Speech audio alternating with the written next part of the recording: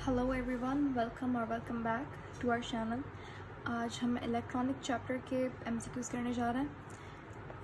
और अगर आप सिर्फ एमडीकैट के एस्पिरेंट हैं तो उस केस के अंदर अगर आप देखें पीएमडीसी का सिलेबस टिल 2024 तक का जो सिलेबस था, तो इन्होंने सिर्फ और सिर्फ रेक्टिफिकेशन ही इंक्लूड किया है इस पूरे चैप्टर से, यानी कि ट्रांसफार्मर। आपको कुछ भी और पढ़ने की ज़रूरत नहीं है इन केस अगर आप सिर्फ एमडीकैट की तैयारी कर रहे हैं। But if you are preparing for AKU या फिर NED यूसेट या फिर कोई भी और अगर आप प्री इंजीनियरिंग स्टूडेंट है तो उस केस के अंदर आपको ये पूरा चैप्टर पढ़ना होगा।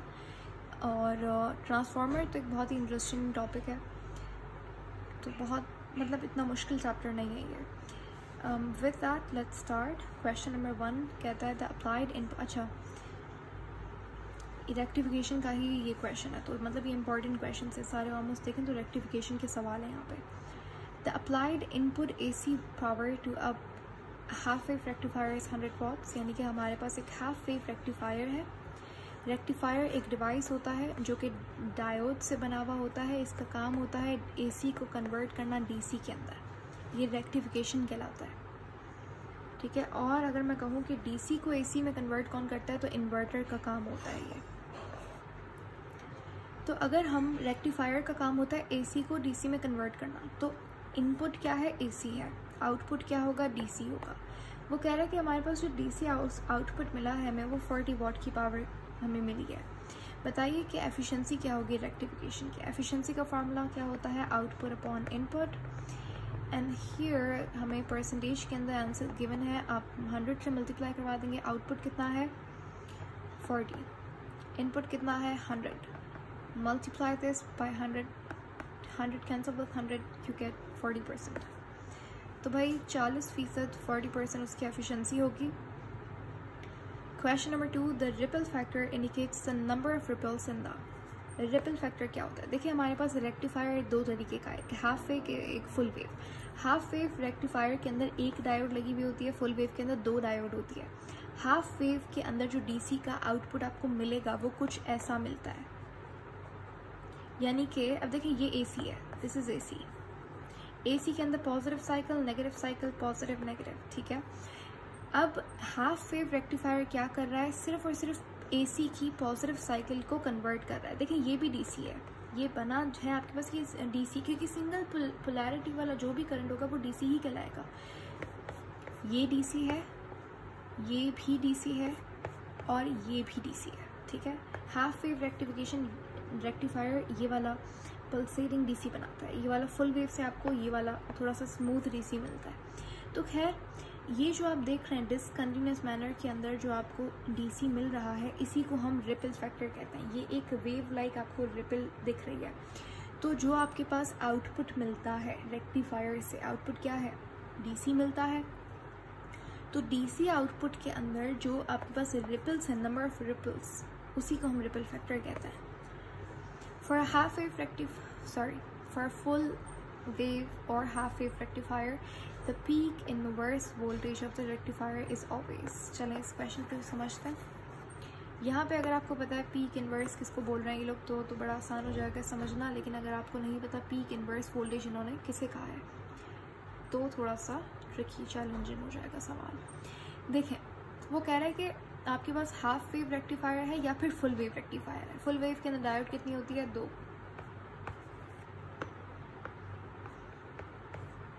हाफ वेव के अंदर एक डायोड इस्तेमाल होती है। अच्छा, तो देखें ये जो रेक्टिफायर डिवाइस है ये डायोड से बना हुआ है, किससे, डायोड से। और डायोड हमारे पास एक सेमीकंडक्टर से बनी हुई डिवाइस होती है। सेमीकंडक्टर के बारे में सबको पता है कि उनको कुछ ना कुछ वोल्टेज चाहिए होता है अपने इलेक्ट्रॉन्स को वैलेंस बैंड से कंडक्शन बैंड में ले जाने के लिए। फॉर एग्जाम्पल आपने ज़रूर सुना होगा कि सिलिकॉन का जो पोटेंशियल रिक्वायर्ड होता है कंडक्शन के लिए वो 0.7 वोल्ट होता है, जर्मेनियम का 0.3 वोल्ट होता है, ऐसा ही है। अब देखें यहाँ पे एक डायोड है और इस डायोड को हमने क्या किया, हमने इस डायोड को एक बैटरी के साथ कनेक्ट कर दिया। इस बैटरी से इस इस बैटरी से जो भी करंट आ रहा है, जो भी पोटेंशियल मिल रहा है डायोड को, वो पीक वोल्टेज है। वो क्या है? वो पीक इनवर्स वोल्टेज है।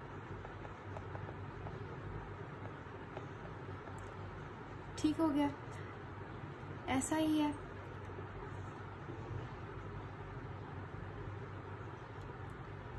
तो ये हमारे पास जो बैटरी से करंट आ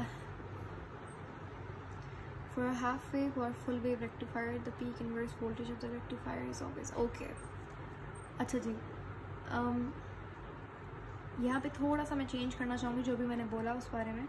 देखिए, मैंने कहा कि बैटरी से जो वोल्टेज आपको मिल रहा है डायोड को, वो पीक इनवर्स वोल्टेज है। ऐसा नहीं है। देखें, बैटरी से जो वोल्टेज आ रहा है वो हमारे पास, हमने वो इनपुट वोल्टेज दिया, बैटरी ने वो वोल्टेज दिया। इसको एग्जाम्पल से समझते हैं, बहुत आसान है, समझ आ जाएगा।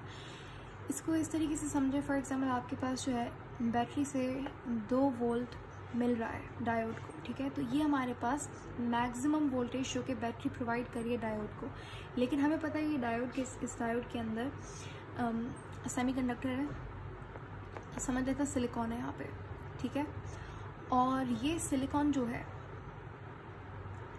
ये सिलिकॉन ये 2 वोल्टेज को कम्प्लीटली पास ऑन नहीं करता, क्योंकि जो सिलिकॉन है उसको अपना पोटेंशियल, ये देखें, ये पीएन जंक्शन डायोड किससे बनी हुई होती है? पीएन जंक्शन से बनी हुई होती है।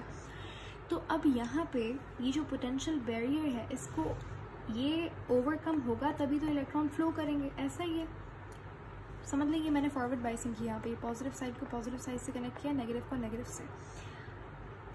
अब इस पोटेंशियल बैरियर को ओवरकम करने के लिए सिलिकॉन का जो वोल्टेज है वो कितना है? 0.7। उसको ओवरकम करना होगा। इसको बोलते हैं नी वोल्टेज। क्या बोलेंगे? नी वोल्टेज, ठीक है। ये वोल्टेज ओवरकम होगा तभी डायोड कंडक्ट करेगी और हमारे पास एक प्रोसेस चालू होगा, शुरू होगा। तो इसीलिए ये हमारे पास जो 2 वोल्ट आ रहा है, क्या यहाँ पे भी 2 वोल्ट ही मिलेगा? नहीं, ये जो डायोड है इससे हमें जो वोल्टेज मिलेगा वो कहलाता है पीक इनवर्स वोल्टेज। डायोड से जो हमें वोल्टेज मिलेगा वो पीक इनवर्स वोल्टेज है। वो कह रहा है पीक इनवर्स, ज़्यादा से ज़्यादा हमें कितना डायोड से वोल्टेज मिलेगा। लेकिन 2 वोल्ट बैटरी दे रही थी।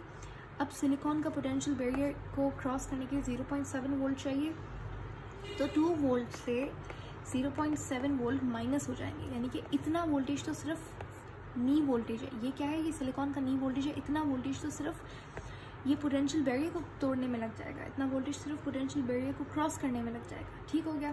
तो कंडक्ट कितना होगा? डायोड से कितना मिलेगा? 2 माइनस 0.7, जो कि कितना हो जाएगा? 1.3। तो 1.3 वोल्टेज हमें मिल रहा है। तो इसका मतलब ये कि जो पीक इनवर्स वोल्टेज है वो हमेशा कम होता है जो आप इनपुट वोल्टेज दे रहे हैं। देखिए, 2 वोल्ट आपने क्या किया? बैटरी ने प्रोवाइड किया। 2 वोल्ट बैटरी ने दिया, तो वो है इनपुट वोल्टेज जो आप वोल्टेज दे रहे हैं, और जो आपको वोल्टेज डायोड से मिल रहा है वो आउटपुट वोल्टेज है, जिसको हमने पीक इनवर्स वोल्टेज कहा है। क्लियर हो गया? तो इसका मतलब क्या है कि पीक इनवर्स वोल्टेज हमेशा कम होगा इनपुट वोल्टेज से। इनपुट वोल्टेज कितना था? 2। ये मैंने एग्जाम्पल दिया है, ठीक है। और आपको मिला पीक इनवर्स कितना मिला? 1.3। कम हो गया। क्यों? क्योंकि सिलिकॉन का पोटेंशियल बैरियर कितना था? 0.7 था। आप इसकी जगह पे जर्मेनियम का एग्जाम्पल ले लें, जर्मेनियम का 0.3 है, तो उस केस में फिर आपको 1.7 वोल्ट मिलेगा। वो आपका पीक लेकिन फिर भी कम तो है ना। चलें, ये कॉन्सेप्ट था इस क्वेश्चन का। आगे अगले क्वेश्चन पे चलते हैं। The device used for which converts AC into DC is called as, यानी कि एक ऐसा डिवाइस जो कि AC को कन्वर्ट करेगा DC में, वो कहलाता है डायोड, रेक्टिफायर कहलाता है। और अगर DC को AC में कन्वर्ट करना हो तो इन्वर्टर का इस्तेमाल किया जाता है।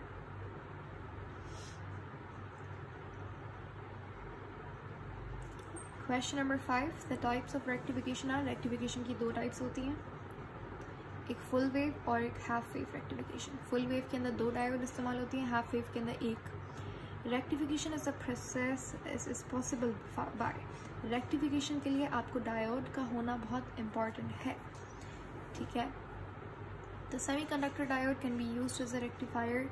आप एक डायोड जो कि सेमीकंडक्टर से बनी हुई होती है, बिल्कुल, उसे आप एज अ रेक्टिफायर इस्तेमाल कर सकते हैं। किस तरीके से, कैसे? कैसे नहीं बल्कि क्यों, वाई, बिकॉज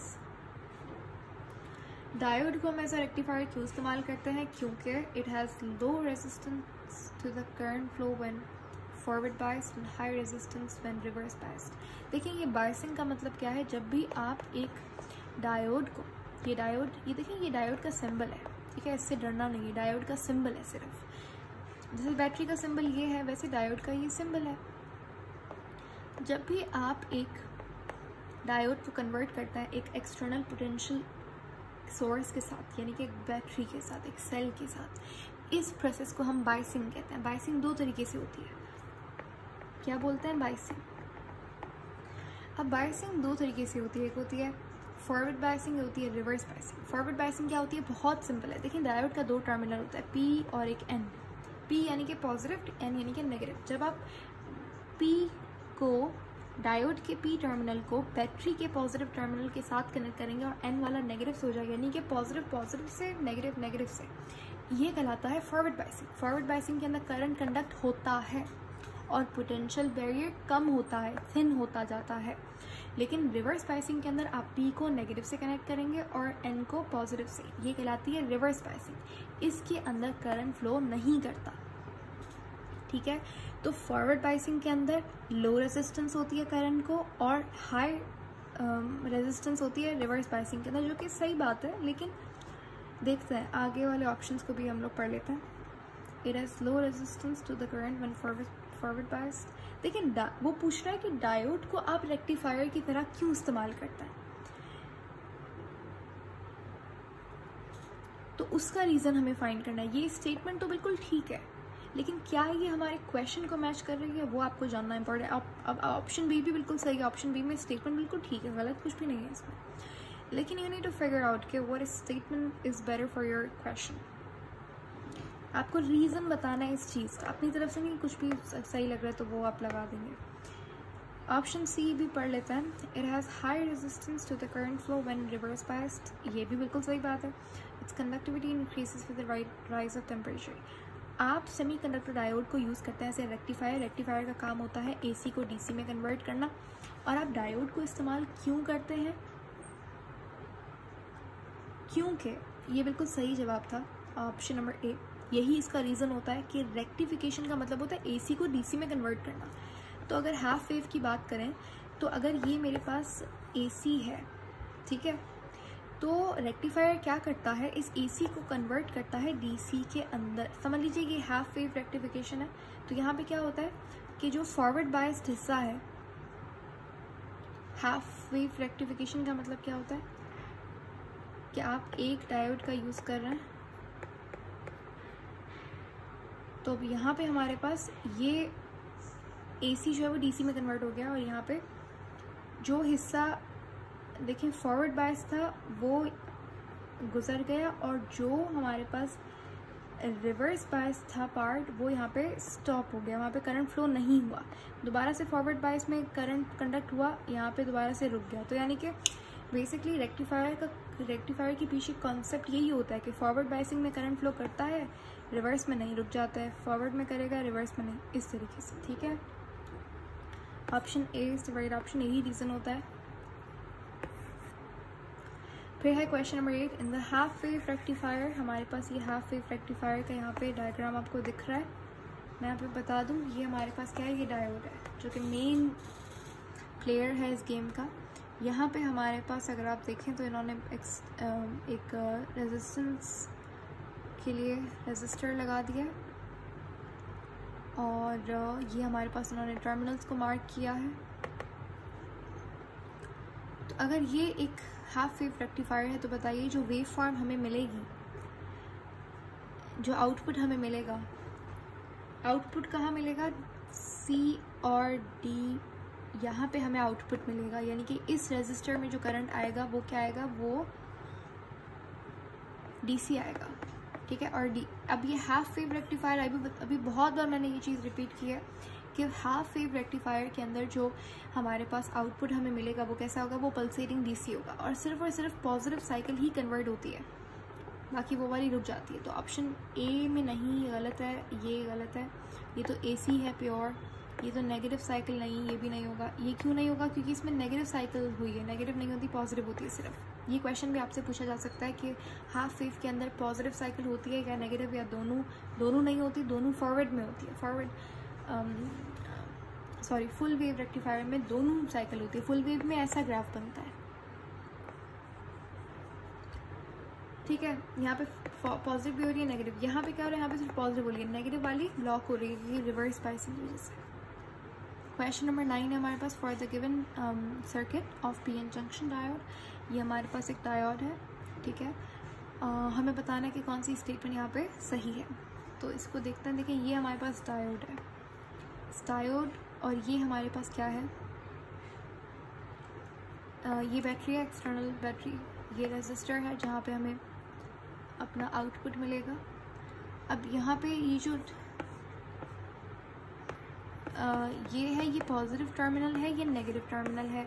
तो पॉजिटिव वाला यहाँ पे, नेगेटिव वाला यहाँ पे। इन्होंने क्या किया है? नेगेटिव वाली साइड को, ये N है, ये E है, नेगेटिव वाली साइड को नेगेटिव से कनेक्ट किया है, पॉजिटिव वाली को पॉजिटिव से। यानी कि ये क्या, ये कौन सी बायसिंग हुई है? फॉरवर्ड। मैंने अभी तक ऑप्शंस नहीं पढ़े, जस्ट ऐसे ही बता दिया। डायग्राम को समझते समझते हमें एक चीज़ पता लगती है, ठीक है। वो कह रहे हैं in forward biasing the voltage across R is 2 volt, ठीक है। अब देखिए बैटरी से हमारे पास कितना V आ रहा है, ठीक है। इन्होंने कोई भी वैल्यू नहीं दी, सिर्फ बोला है V। पहले तो ये फॉरवर्ड बायसिंग है, तो रिवर्स वाला तो ऑप्शन एलिमिनेट हो जाएगा। बाकी देखिए फॉरवर्ड के अंदर क्या हो रहा है। फॉरवर्ड के अंदर हमारे पास दोनों फॉरवर्ड है, ठीक है, बिल्कुल सही बात है। लेकिन वोल्टेज हमें अक्रॉस R, हमें रजिस्टर पे जो वोल्टेज मिलेगा वो क्या होगा?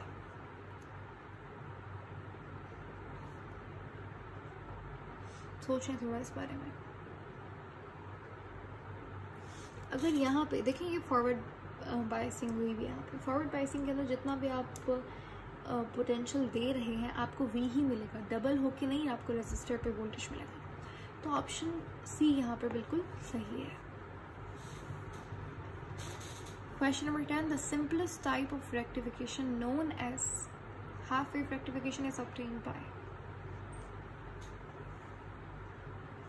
अच्छा जी, सबसे सिंपलेस्ट टाइप ऑफ रेक्टिफिकेशन जो कि कहलाती है हाफ वेव रेक्टिफिकेशन, वो आप कैसे आपको किस तरीके से आप हाफ वेव रेक्टिफिकेशन कर सकते हैं। हाफ वेव रेक्टिफिकेशन में क्या होता है? आप रेक्टिफायर में क्या होता है? आप एक डायोड लेते हैं और वो एक डायोड क्या करती है? वो एक डायोड आपके पास AC का सिर्फ पॉजिटिव साइकिल को कन्वर्ट करती है। तो transistor, Coolidge tube suppressing the harmonics in AC, suppressing half wave of AC supply by using diode। Option B बिल्कुल सही जवाब है। एकदम डायोड का इस्तेमाल करता है रेक्टिफायर, और जो AC की हाफ वेव है उसको ब्लॉक करता है, हाफ वेव को जाने देता है। सप्रेस यानी कि दबाना, किसी चीज़ को सप्रेस करना, रोकना। Question number 11,